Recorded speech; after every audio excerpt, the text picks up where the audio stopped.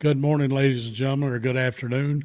This is the old coach, and we're sitting in our M.A.S.H and GPS headquarters up in Blairsville, Georgia, up in the mountains, and it is beautiful.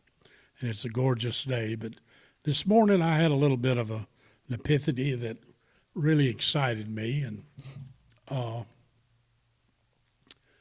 the last few days, I've had a lot of thoughts about prayer and how to pray to God and so on and so forth.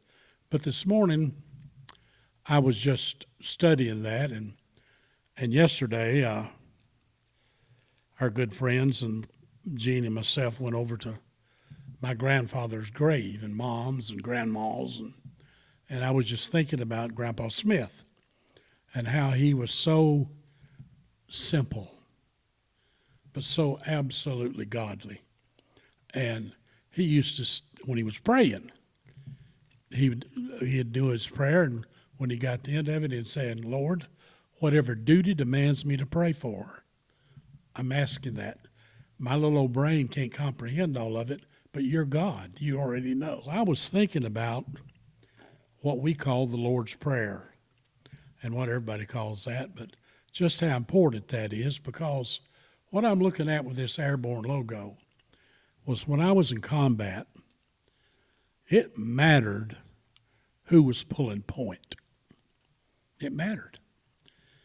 And you had to trust that they were really looking and trying to find either booby traps or anything that would hurt us. Well, our GPS, which will show you a logo in a little while, is God's purpose system. And we all need a purpose, and we need guidance in that purpose. I was reading and listening to the Lord's Prayer. And what was he saying to all of us when he was talking about when you pray, this is what you say: Our Father, which art in heaven, hallowed be thy name. Thy kingdom come. Thy will be done on earth as it is in heaven. Give us this day our daily bread, and forgive us our trespasses as we forgive those who trespass against us. This is the part. Lead us not into temptation, but deliver us from evil. For thine is the kingdom, the power, and I love it. Now, what are we asking in that prayer? We're asking for God to send the Holy Spirit to pull point for us through this life. Now, you really think about it. It's that simple. Lead us not. Well, if he's not leading you, he's not going to lead you into good or bad. But if he's there pulling point for you, lead us not into temptation, but deliver us from evil. For thine is the kingdom, the power, and the glory. Now, what we can do to bring the Holy Spirit into our life to do what? Direct us. And that's what I believe it. That's why that was written and stated, so that you're inviting him to lead us. That's our life every day. And we call that GPS here on the mountain, God's purpose system. And if we accept that and pull that into our life, then there's absolutely no doubt in my mind that God will never lead us into destruction. He's going to lead us if we'll listen to the best life that we can have. And then the best exit strategy is created, because when this is over, we get to go to heaven. And now we got a slide up there that says not 173rd Airborne, but God's purpose system, GPS. And it's no different than the combat that I went through in Vietnam 60 years ago,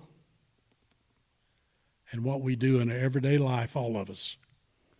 And we want to bring that into a training to where you learn how to hear where God is directing us. Go there, don't go there. And I know it sounds silly to a lot of people. If you've asked God into your life and he came in, you're going to know it. It ain't a maybe. You're going to know there's a difference. And when that difference happens, he's got purpose for all of us, not some. All, A-L-L, all. And I don't mean this to belittle anything, but reciting some sinner prayer is totally different than asking God to come into your life and control it and lead us not into temptation, but deliver us from evil. For thine, you, God, are the kingdom and the power. And if we listen to you, and if we don't know you, if we can't hear your voice, how are we listening? What are we listening to? And when you're born again, hear me, you're going to know that you're born again, and you're going to know the voice of God. And when you know that, you can then look for and follow where God's purpose is. At every day of our life, if we'll let him, he's got purpose for us to do. On all of our jobs is to recruit as many people into the kingdom of heaven. Now here on the mountain, we've got something called M.A.S.H, a motivated army seeking heaven. And that is what we want you to join. Join that army and then learn GPS. What is God's purpose for you? Where's it at? And I don't know, everybody has thoughts of how they do things or what they do, but yesterday, standing at those old grave sites where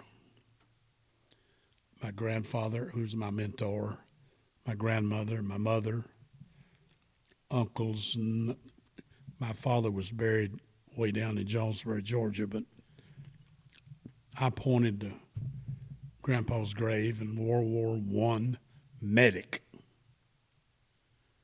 Now, they're buried on a mountainside on Loving, Georgia. Who in the world's ever going to see that gravesite?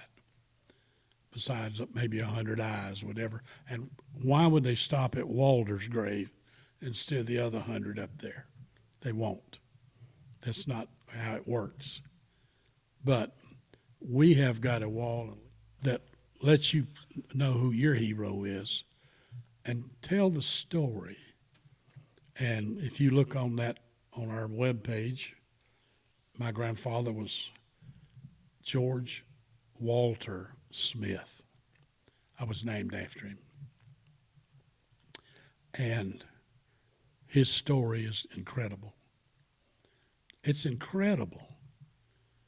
He came home from World War I with 6 months to live, covered in mustard gas. Yeah. He died at age 98 or 99. No telling how many people he brought to Christ. But nobody knows that except the people that hurt him. But I would like for him to be remembered. I can't imagine being a combat medic in World War I. No antibiotics, da-da-da. I can't fathom it.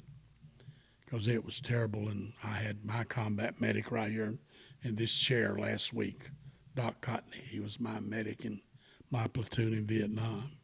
Whole different deal, though. And all of us have got a war to fight. And as we get into that war, whatever that is, the direction we need is God pulling point for us. He will show us who to talk to, who to speak to, and what to avoid. I love how GPS works. And if you could see a picture of where we're sitting right now, we got room for about 50 people to be sitting out here in a training center and to learn how to listen and find what's your purpose. Find that purpose. It is just, and it's the simplicity of it. And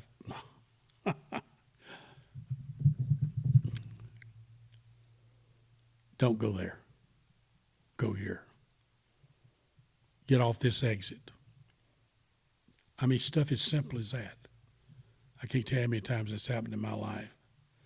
And I got no rhyme or reason, but you better go see. If God's speaking it, listen.